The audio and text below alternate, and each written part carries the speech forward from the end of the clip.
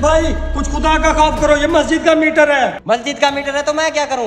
बिजली चलाते हो तो बिल भी अदा करना होता है। भाई रुको, आपको पता तो है हमारे मुल्क की हालात बहुत ज्यादा खराब है, जिसकी वजह से हर बंदा ही परेशान है और शायद इसीलिए कोई मस्जिद को चंदा ही नहीं दे रहा। देखें इमाम साहब, ये मेरा मसला नहीं है, मैं अपना काम कर रहा हूँ और बेहतर होगा कि आप मुझे तंग ना करें। देखें भाई, आपकी बात बिल्कुल ठीक है, लेकिन आप मेहरबानी करके सिर्फ मुझे 2 दिन की मोहलत दे दें। जो काम पिछले 3 माह से नहीं हो सका वो 2 दिन में क्या होगा? भाई वो आप मेरे ऊपर छोड़ दें, इंशाल्लाह अल्लाह ताला की मदद से मैं जरूर कोई ना कोई हल निकाल लूंगा। देखिए, मैं अपनी नौकरी को खतरे में डाल के आपको 2 दिन की मोहलत दे रहा हूँ। अगर 2 दिन में बिल अदा ना किया तो मैं मीटर काट दूंगा।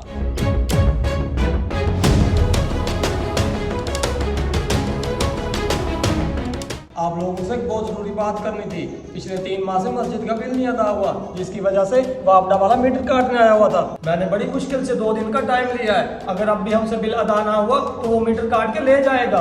3 माह से बिल नहीं अदा हुआ, फिर तो समझो मीटर काटे ही गया। इमाम साहब, मस्जिद का इतना ज्यादा चंदा इकट्ठा होता है, वो आप चंदा इतना कहाँ पे करते हैं? मस्जिद के बिल पे क्यों नहीं लगा देते? इन दिनों में तो मस्जिद को चंदा देता ही कोई नहीं है। जो लोग चंदा देते हैं उससे तो मस्जिद के दूसरे अखराजात बड़ी मुश्किल से पूरे होते हैं। मीटर कट गया तो नमाजियों के लिए मुश्किल होगी, और हाँ, छोटे छोटे बच्चे भी मस्जिद में पढ़ने आते हैं। इतनी गर्मी में उन बेचारों का क्या बनेगा? देखिए इमाम साहब, मैं यहाँ पे नमाज पढ़ने आया था, वैसे भी मेरा बटुआ घर रह गया है, मैं फिर आते जाते कभी चंदा दे जाऊंगा।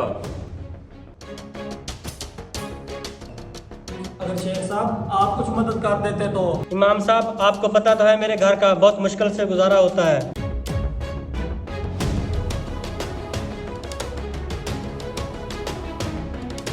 कारी साहब, बिल का चंदा नहीं पूरा, अब क्या होगा? हाँ बेटा, पता नहीं अब क्या बनेगा। कारी साहब, अगर आपका है तो हम घर घर जाके चंदा इकट्ठा कर लें।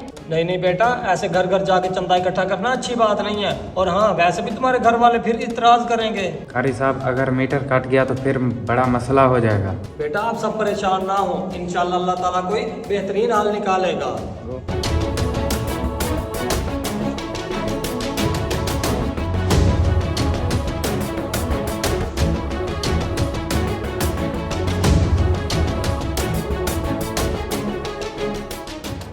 हाँ इमाम साहब, आपने मेरे 2 दिन ज़ाया कर दिए। इसमें मेरा क्या कसूर है? जब कोई चंदा ही नहीं देता तो मैं कैसे बिल अदा कर देता?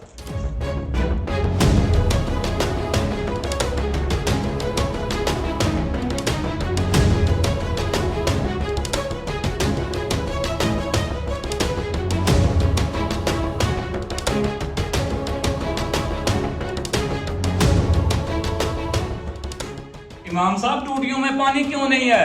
अगर टैंकी भरना भूल गए थे तो कम से कम मस्जिद में ऐलान कर देते, हम घर से वजू करके आ जाते।